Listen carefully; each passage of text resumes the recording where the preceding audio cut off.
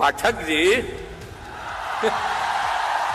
हम तो चाहते हैं कि अगला 2 महीना के अंदर जो बचा हुआ है 1,20,000 के करीब उसका भी शुरू करवा दीजिए। करिएगा ना जी, हमारा आग्रह है। अब मंत्री जी बोलिए, खड़ा होकर बोलिए, सहमत है ना? बोलिए। 2 ही महीना में बाकी सब भी जो बचा उसको करवा दीजिए। नमस्कार, टाइम्स ऑफ स्वराज में आप सबों का स्वागत है। मैं हूं संतोष सिंह और आज हम टाइम्स ऑफ स्वराज में चर्चा कर रहे हैं कि भाई इतनी जल्दी क्यों है, किस बात की जल्दी है। अभी आप 1,20,000 शिक्षकों की नियुक्ति किए, वो नियुक्ति प्रक्रिया की चल ही रही है कहें तो, क्योंकि आप अभी तक जितने शिक्षकों को बहाल किए हैं उनको आप औपबंधिक नियुक्ति पत्र दिया है, क्योंकि आपको लगता है कि कई तरह की गड़बड़ियां सामने आ सकती हैं और स्वाभाविक तौर पर औरंगाबाद, मुजफ्फरपुर, समस्तीपुर, खगड़िया, सहरसा, भागलपुर जैसे कई जिलों से ऐसी खबरें आई हैं जहां काउंसलिंग के दौरान बहुत सारी बातें ऐसी सामने आई हैं जिस वजह से नियुक्ति रोक दिया गया है। और अगर इस सूची पर गौर करें तो ये सूची हजारों में, 10,000 पहले ही जो अभ्यर्थी है वो काउंसलिंग कराने के लिए नहीं आए हैं। इसके अलावा बहुत सारे ऐसे शिक्षक हैं जो तीनों फॉर्मेट में पास किए हैं, उसकी सूची भी जारी होनी चाहिए थी। इसके अलावा आप नौकरी में की परीक्षा में आपने जो ऑब्जेक्टिव क्वेश्चन किया, सीधा एक परीक्षा लिया आपने, उस परीक्षा में जो लोग चुनकर आए हैं वो किस मेंटल लेवल के लोग आए हैं, किस स्तर के लोग आए हैं, क्या वो बच्चों को पढ़ाने की स्थिति में है, क्या वो बच्चों को वो शिक्षा दे पाएंगे जिस शिक्षा की जरूरत आज के एजुकेशन सिस्टम के लिए है। क्योंकि पढ़ाई दिन प्रतिदिन जिस तरीके से ग्लोबल होता जा रहा है, उस ग्लोबल पढ़ाई में हमारे बिहार के बच्चे फिट बैठे, हमारे बच्चे compete करें, उस योग्यता पर सोचने की जरूरत है। तो आप बीपीएससी के परीक्षा में जिन लोगों को आपने बहाल किया है वो लोग कैसे लोग चुनकर आए हैं, क्योंकि सरसरी निगाह से आप देखिए तो आवेदन लिखने को लेकर सवाल खड़े हुए कि दर्जनों ऐसे पत्र वायरल हुए जिन्हें आवेदन लिखने नहीं आ रहा है। ये दर्जनों पत्र सिर्फ वायरल ही हैं, हजारों ऐसे शिक्षक होंगे जिन्हें आवेदन लिखने नहीं आ रहा होगा। स्वाभाविक तौर पर आज के जनरेशन के लोगों ने आवेदन लिखना छोड़ दिया है। बहुत सारे शिक्षक, कल सवाल जवाब हुआ मीडिया के द्वारा, तो उस दौरान भी बहुत साधारण सवालों का वो जवाब नहीं दे पाए। तो कई ऐसे सवाल हैं जिन सवालों को लेकर ये सवाल उठना लाजमी है कि इतनी जल्दबाजी क्यों है। भाई आप, सबसे बड़ी बात है कि हायर एजुकेशन में मतलब 10th, 11th, 12th, 9th, 10th, 11th, 12th, इसके पढ़ाने के लिए जिस तरीके की टीचर की जरूरत है, क्या आप उस तरीके के स्टैंडर्ड की टीचर बहाल करने की स्थिति में हैं? क्या उस तरीके के योग्य शिक्षक आपके बीपीएससी की परीक्षा में जो पास करके आए हैं वो उस स्थिति में है? क्योंकि किसी भी एजुकेशन का ये एक ऐसा मतलब कह सकते हैं कि वहाँ वो जगह है जहाँ से इमारत खड़ी होती है।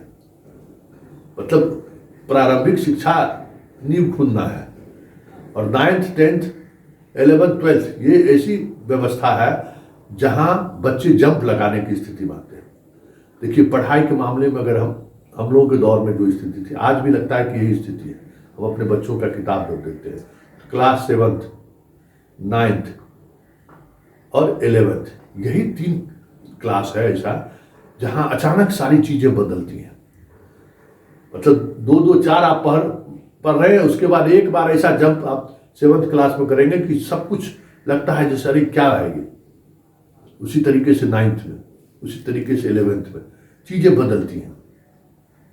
तो ये समझने की जरूरत है, क्योंकि आप जो बहाल कर रहे हैं उनका लक्ष्य ड्यूटी करना नहीं है, सिपाही ड्यूटी नहीं करना है, उसको दरोगा नहीं है वो कि मोटरसाइकिल पर दिन भर घूमता रहेगा। उसको पढ़ने पढ़ाने की इच्छा शक्ति होनी चाहिए।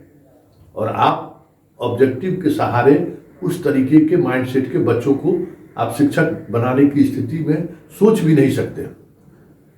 क्योंकि ऑब्जेक्टिव एक अलग चीज है, मार्क्स जो ले आए, लेकिन ऑब्जेक्टिव के सहारे बहुत सारी चीजें आपको सोचनी पड़ेगी। तो ये इस रिजल्ट का क्या आउटकम आया है, इस पर अध्ययन होना चाहिए। क्या जल्दबाजी है, 2 महीने बाद ही वैकेंसी निकालिए, 3 महीने बाद वैकेंसी निकालिए, इतनी जल्दी क्या है? और ये बहाल करके आप क्या दिखाना चाहते हैं? संख्या पुराने से क्या होने वाला है? लेबिलिटी तो इसी बिहार का होगा। आर्थिक रूप से सरकार पर बोझ बढ़ेगा और आपकी जग हंसाई होगी कि कैसे कैसे लोगों को आपने बहाल किया है।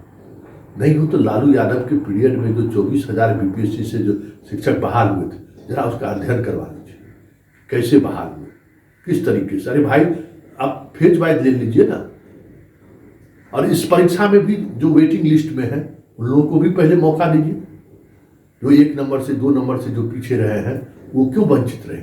आपके पास जितनी सीटें खाली है पहले उसको भरिए, फिर आगे बढ़िए, फिर नए तरीके से वैकेंसी निकालिए।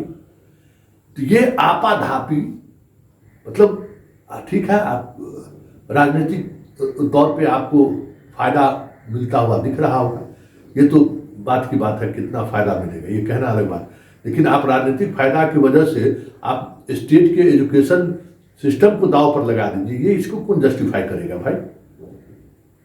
इसको कौन जस्टिफाई करेगा? इसी दांव पर ने आप सब आज आप कह रहे हैं दया का पात्र है ये। क्यों दया का पात्र आप ही बना रहे हैं ना? तो ये दया का पात्र बनाने की जरूरत क्या है? आप अच्छे लोगों को लीजिए, अच्छे क्वालिफाइड लोगों को लीजिए।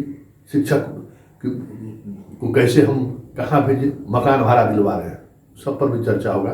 लेकिन ये सारी बातें का अध्ययन होना चाहिए और शिक्षा से जुड़े हुए जो शिक्षाविद है उनसे इस पर चर्चा होनी चाहिए।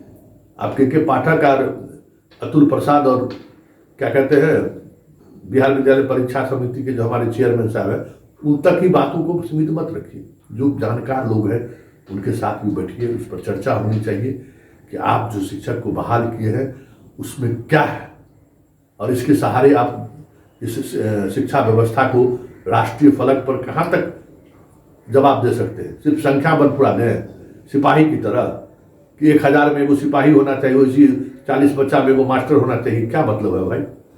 मास्टर का पढ़ाने का काम है, सिपाही का भी हाल आप देख लीजिए ना, क्या किस तरीके से सिपाही आप बहाल किए, क्या स्थिति है सिपाही का। तो गनीमत समझिए कि नक्सल और संगठित गिरोह खत्म हो गया है, अभी शराबी चक्कर में रोज पिटा रहा है। अगर ये दोनों उसी तरीके से बिहार में रहता तो एक भी आप जितने बहाल किए टिकता, सब भाग गया रहता।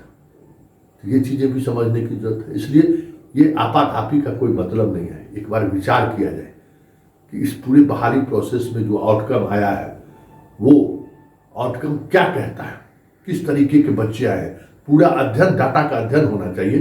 तब फिर आप नए सिरे से अगर बहाल करते हैं तो फिर नए पौधा आपके सामने आएगा जिसमें कुछ क्वालिटी आप खोज सकते हैं। नहीं तो जो क्वालिटी आया है ना, चिंता मत करिए, रोज आपकी भद पिटेगी। नियोजित शिक्षक वाले की दशा और दिशा को टीवी वाला दिखाते थे ना, अब खोज खोज के बीपीएससी वाले को भी दिखाएगा। भले वो अपने मैट्रिक फेल लेके लोगों क्यों नहीं लेके घूम रहा होगा, लेकिन सवाल करेगा कि भारत का प्रधानमंत्री का नाम क्यों है। और गनीमत मानिए कहीं कहने दे कि नीतीश कुमार है, क्योंकि बहाली का जो प्रोसेस है ना, उस प्रोसेस में आप इससे बेहतर रिजल्ट आप नहीं समझ सकते। ऑब्जेक्टिव परीक्षाएं एक लेवल तक आप लीजिए ना भाई। शिक्षक बहाल कर रहे हैं ना, क्या कर रहे हैं, 6 महीना समय लगेगा। ये ऑब्जेक्टिव पढ़ाई लेके रिजल्ट निकाल दिए, देख लीजिए क्या स्थिति है। इसलिए तमाम चीज़ों को हमें लगता है कि गौर करने की जरूरत है और आप इस पर अध्ययन होनी चाहिए। और जो पीछे से जो लोग बचे हुए हैं उनकी बहाली हो पहले, फिर आप नई वैकेंसी निकालेंगे तो एक नया लॉट भी आपको मिलेगा छात्रों का। नहीं इसी सब में से जो 1 नंबर 2 नंबर से चूक गया है वही लोग आपके पास आएंगे।